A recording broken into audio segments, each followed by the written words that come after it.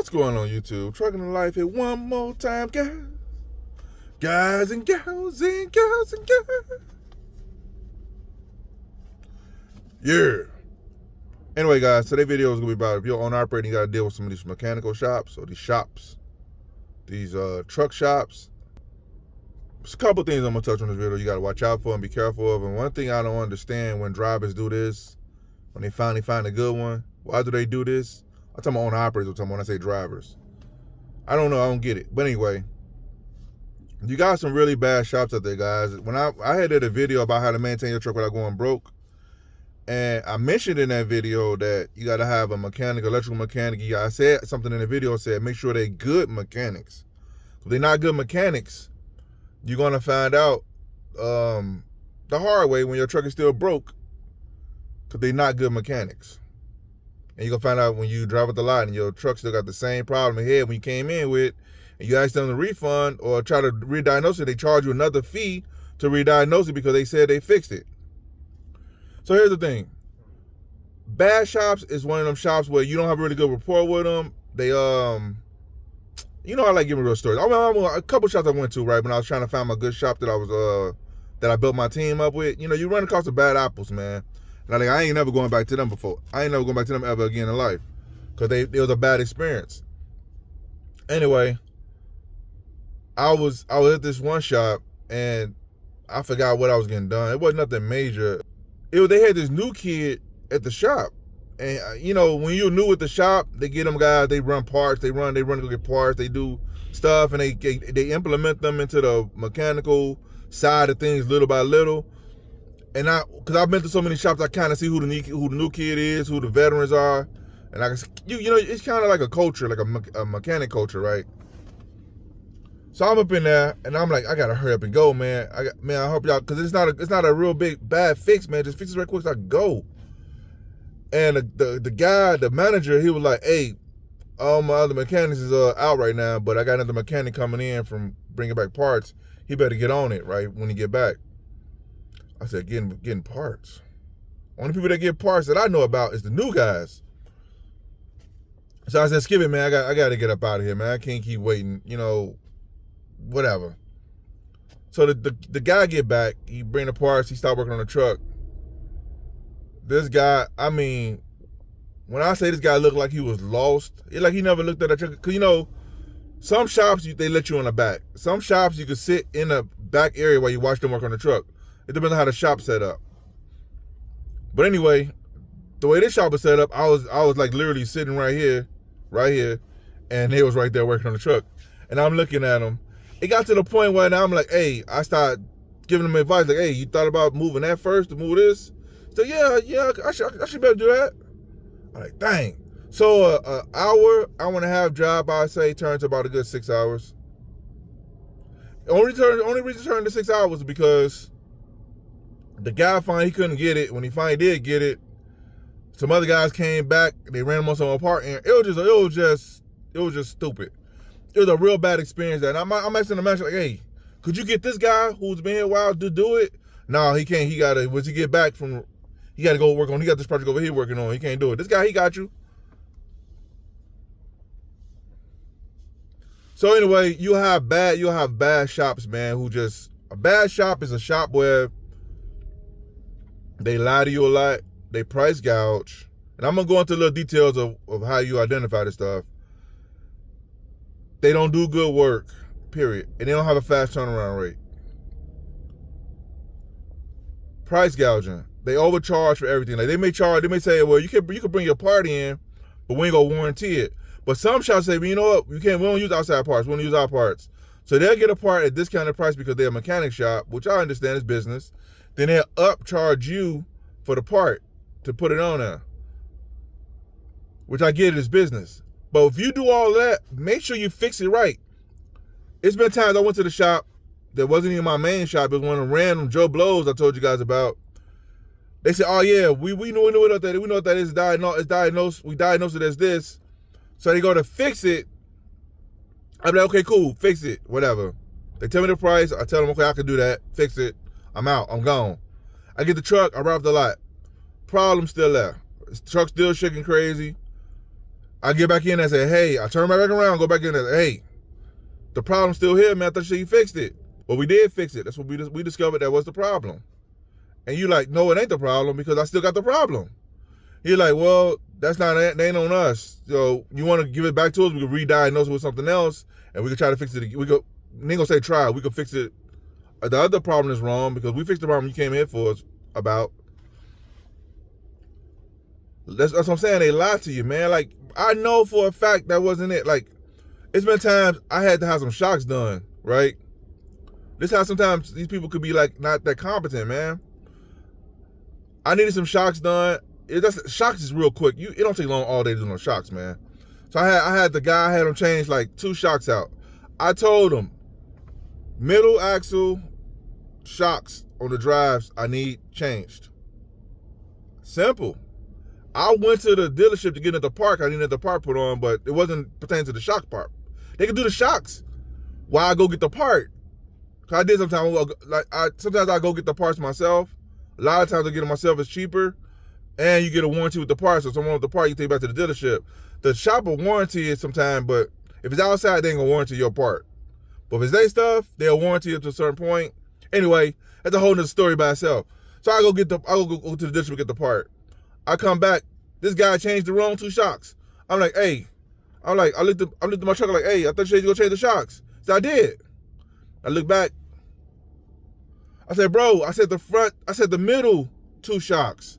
What you changing the rear for? Oh, I thought you said that. Now that's something. It seems small on camera, right? It ain't. It's not a deal breaker. It's a simple fact is, I think that day I was like in between runs. I was coming to get my shock change real quick. I know I had like a gap between my first run and my second run. So instead of me wasting time, I just like, you know what? Let me run by this shop right quick, a part changer shop, and let me change this right quick between that. So I have to take off work another day to go get this done, or come in on my day off and get this done. You know, I was trying to like finagle, man. Like, you try to make some sense of this stuff. So I go there, man. So now I'm a little behind schedule because this guy got to take the other shocks off of that. My other shocks back on because they were still good. I don't want them on the middle axle. Put them where you got them off of, man, and put the new ones on there. So the other part that I went to go get put on when I got back, I wasn't able to get it put on because my time ran out because I changed the wrong shocks. So like I say, you got to be concerned with this, man. And this brings to another point right here. After dealing with all these part changers who proclaim to be shops, good shops, owner operators, I've seen this for the life of me. I don't get it. But then again, I do get it because some people are idiots. So this is what I've seen. Now you go through all these part changer shops, you go through all this crap of trying to Billy Bob and Joe Schmo's joints. You finally find you a good mechanic, man, who really don't lie. They be upfront with you. They can rig some stuff up if they got to. Let's say, I'm gonna get back to the point in 1 minute. When I say rig some stuff up, I had a mechanic so cold. This guy bypassed some wire harnesses, electrical stuff that I needed just to get me out there to make some more money to come back to get the job done right. Them are good mechanics, man. That you don't want to mess them around. So now back to the story at hand. Well, the problem at hand I see out here. You'll find a guy who's on the op because he want to save a couple dollars up front and lose more on the back end because they ghost the shop. You find a good shop.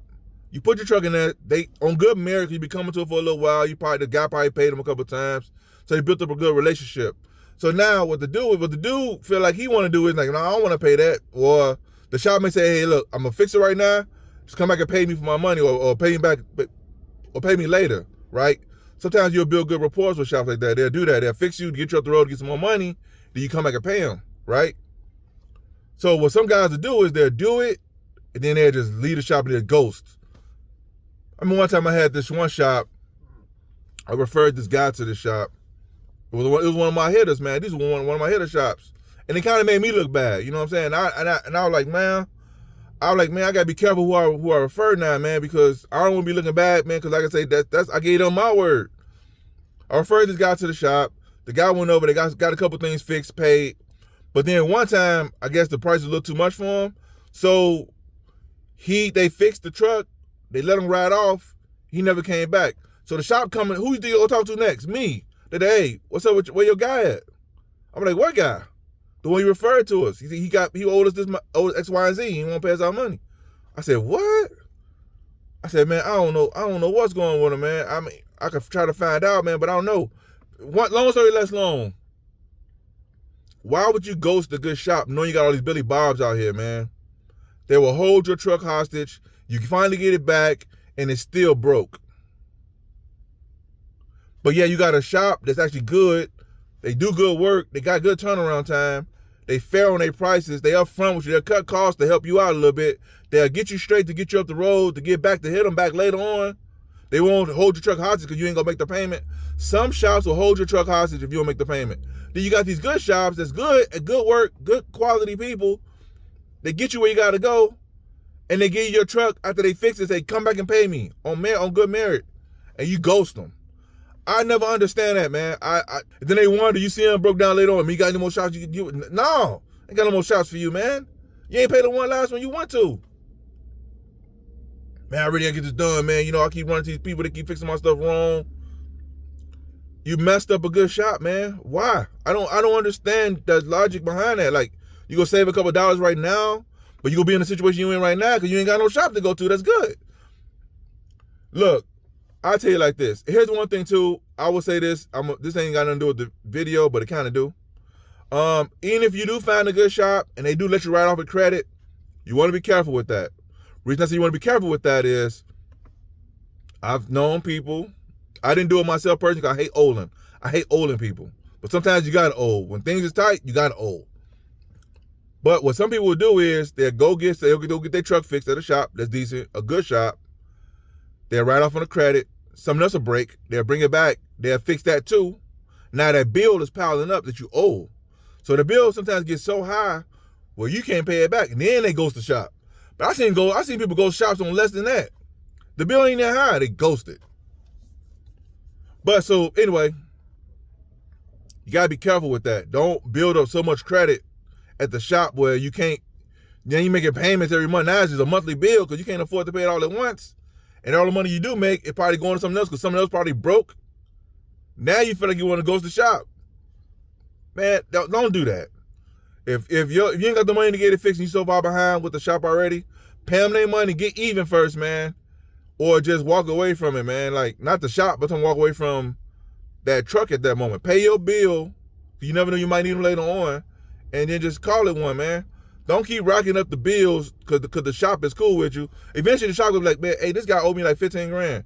I can't fix, he put a word around shop. Don't fix nothing else on this guy's truck until you pay this balance. Because you ran the bill up so high. Some shops will let you run up a bill a lot. I've seen a lot of cases like this, man. And if you don't want to be that guy or that woman, make sure you just, man, pay your bills, man. And try to money manage as best as possible. Because if you don't, it will get out of hand. And don't ghost no good shops, man. A good shop is a good shop, but they're hard to find. When you get your hands on one, hold on to it, man. People be ghosting good shops, man. I never understand it. Even though I got my personal feelings about it, I never truly understand it. But anyway, that's it for this video, YouTube. So, YouTube. Hope the video is helpful. Give you a little understanding of what's going on here. See you guys in this video. Peace.